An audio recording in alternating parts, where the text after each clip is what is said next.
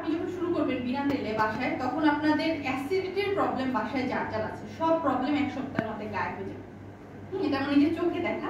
অ্যাসিডিটির problem চলে যাবে, আপনাদের অনেকের আছে বিষণ্ণ লাগে, ব্লোটিং লাগে, সারাদিন একটা শরীরে ভারী ভারী, মনে একটা ভারী ভারী ভাব লাগে, সেটা চলে যায়। হার্টের রোগীদের জন্য তো চর্বি কমেই যায়, ঠিক আছে। তারপর ওজন যাদের বেশি, যাদের ডায়াবেটিসের সমস্যা, কিডনি পেশেন্ট, সবার কিন্তু এই বিনা তেলে রান্না শুরু করার পরে এই ধরনের প্রবলেমগুলো চলে যায়।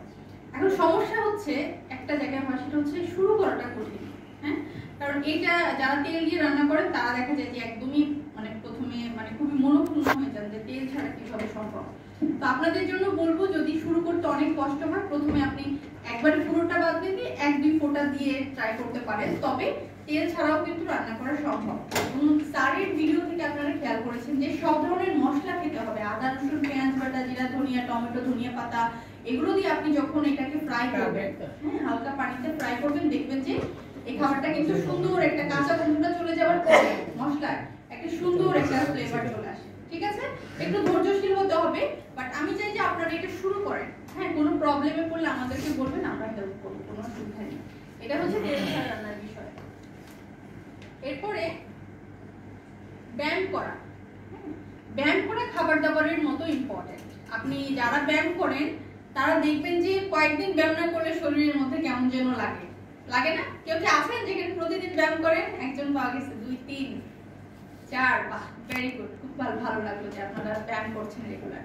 ওনারা তো জানেনই এখন রেগুলার ব্যায়াম করাটা কেন ইম্পর্টেন্ট। হ্যাঁ, ব্যায়াম করলে আমাদের শরীরের ব্লাড সার্কুলেশন অর্থাৎ রক্ত চলাচল বেড়ে যায়, এবং আমরা যে খাবারগুলো খাই সেই খাবারগুলো রক্তের মাধ্যমে কিন্তু আমাদের মাথা থেকে পা পর্যন্ত যতগুলো জায়গা আছে, আমরা বলি কোষ, ঠিক আছে, সবগুলো কোষে এই পুষ্টি উপাদানগুলো ওইকে নিয়ে যায়, বলে রক্ত, তাই না? তো রক্ত চলাচল যার বেশি তার কি পুষ্টি উপাদানগুলো সব জায়গায় যাবে না?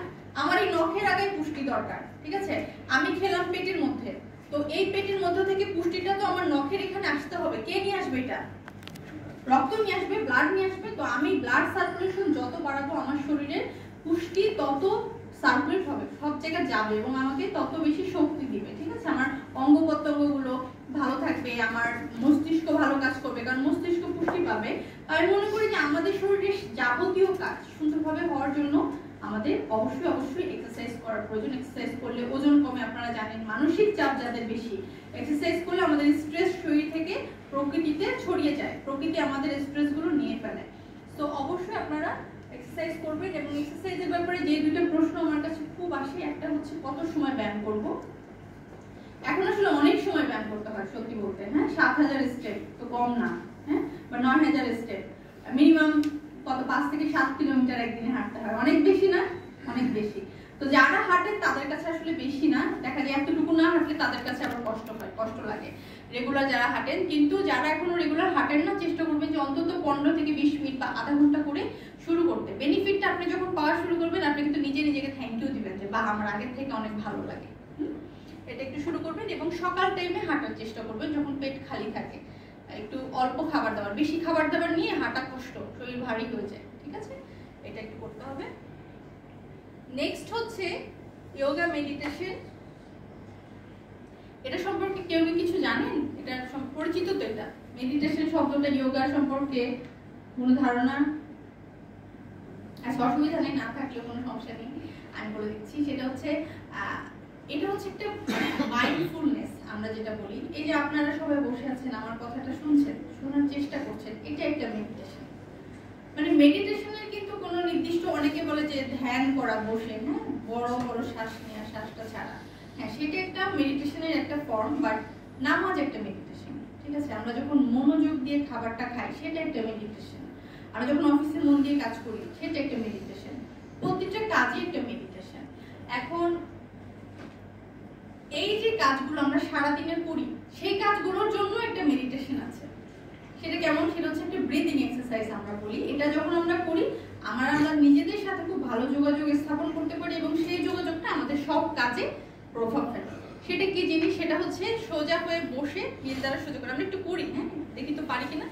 সোজা হয়ে বসে সবাই, হ্যাঁ, সোজা হয়ে বসে ধীরে ধীরে শ্বাসটা দিব। রেডি? ধীরে ধীরে আমি একটু বলে দিই কি করবো। ধীরে ধীরে শ্বাসটা নিয়ে 2-3 সেকেন্ড অর্থাৎ 2-3 গুনবো মনে মনে, 1-2-3 গুনে, আবার ধীরে ধীরে শ্বাসটা ছেড়ে ছেড়ে দিব। ওকে, স্টার্ট করছি। রেডি? 1 2 3। শ্বাস নিব বড় করে, একটু ধরে রাখবো, 3 গুনবো, 1 2 3, আস্তে আস্তে ছেড়ে দিব। 1 আবার একটু শব্দ করি, এবার আমি বলবো না, নিজেরাই করবো, ঠিক আছে? শুরু করি। 1 2 3 স্টার্ট।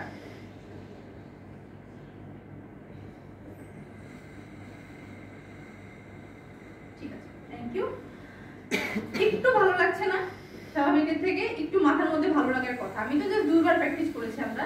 এটা যদি আপনি সারা দিনে 8 9 বার বা 10 বার প্র্যাকটিস করেন ঠান্ডা মাথায় একটা জায়গায় বসে, আপনাদের অনেক ভালো লাগবে। এটা একটু বাসায় প্র্যাকটিস করবেন। এটার নামই আসলে মেডিটেশন। এটা হচ্ছে মেডিটেশন শুরুর ধাপ। অনেক মেডিটেশন আছে, এটার স্ট্রেজ আছে, এটা দিয়ে ক্যান্সার প্রতিরোধ করা যায়, অনেক রোগ আছে মেডিটেশন যোগা দিয়ে প্রতিরোধ করা যায়, মেডিসিন লাগে না, ঠিক আছে? সো এটাকে গুরুত্ব সহকারে দেখতে হবে। তো এই জিনিসগুলো বাসায় প্র্যাকটিস করবেন।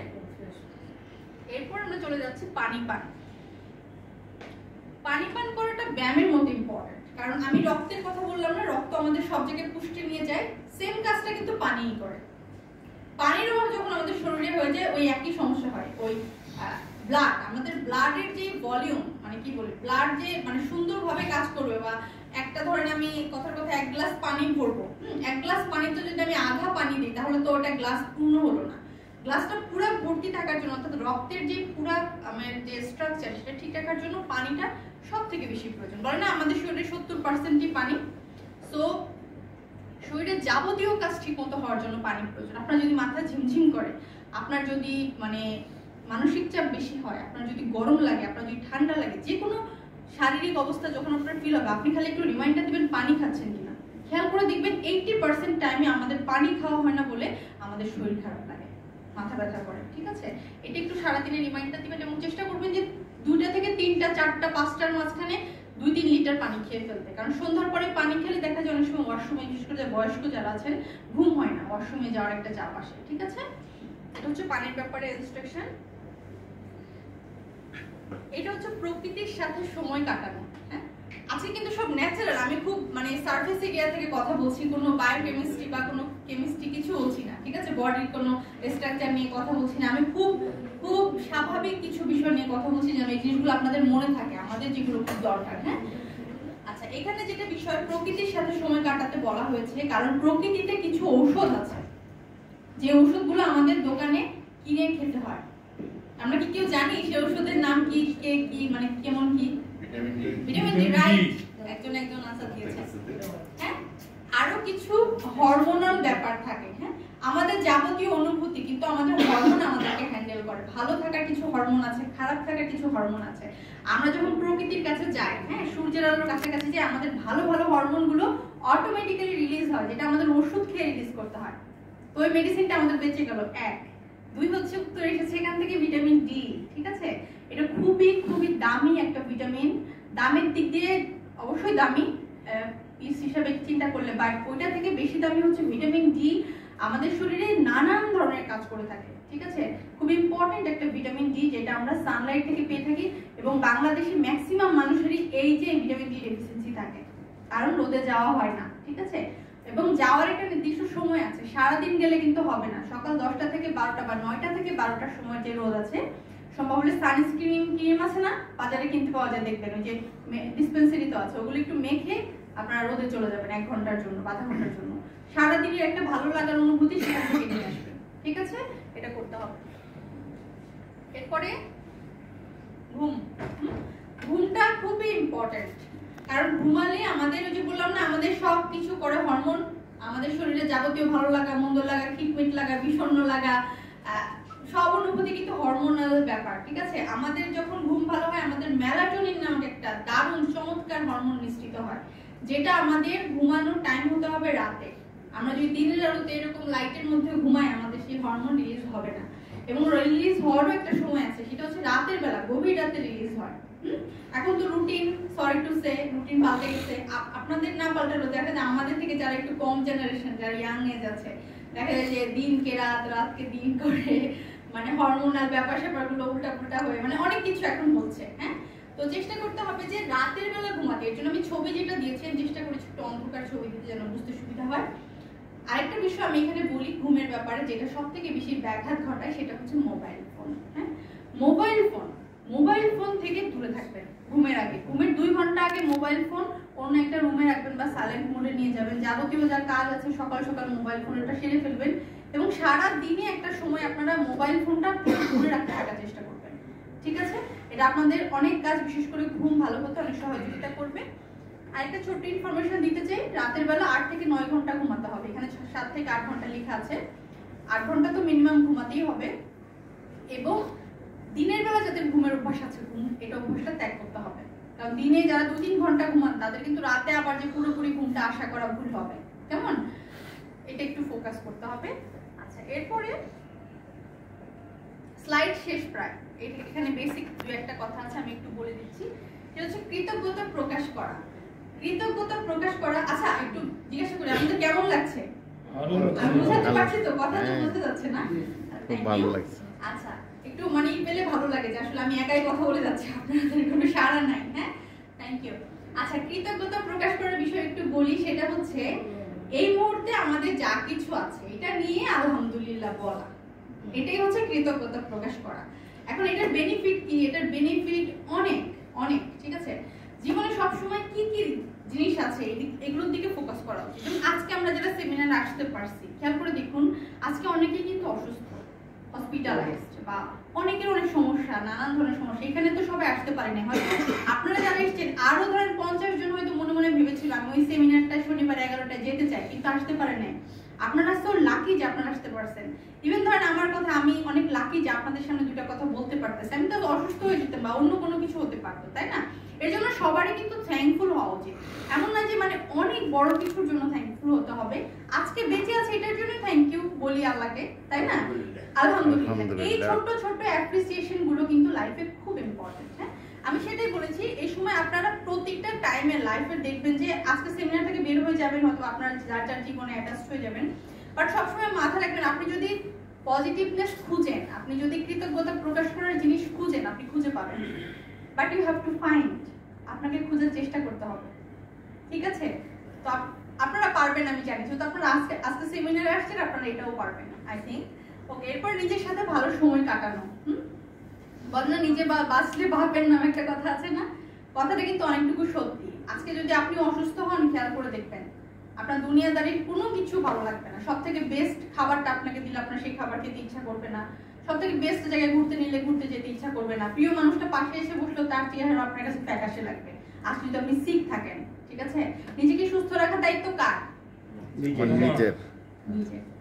নিজের দিকে খেয়াল রাখবেন। সকালবেলা উঠে প্রত্যেকদিন এক্সামিনেশন করবেন, আমি কোথায় আছে, আমার মাথা কোথায় আছে, আমার কি সমস্যা, আমার ফিজিক্যাল কন্ডিশন কি, মেন্টাল কন্ডিশন কি, এটা এক্সামিনেশন করার দায়িত্ব আপনার। সকালবেলা একবার করার দায়িত্ব, দুপুরবেলা, বিকালবেলা, প্রত্যেকবার যখন খাবার খাবেন তার আগে নিজেকে একবার এক্সামিনেশন করবেন যে আসলে আমি কেমন আছি, ঠিক আছে?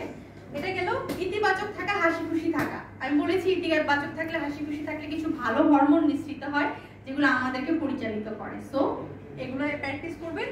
এবং খুব গুরুত্বপূর্ণ এখনকার যুগে, সেটা হচ্ছে গো গো গো গো গো জেনারেশন।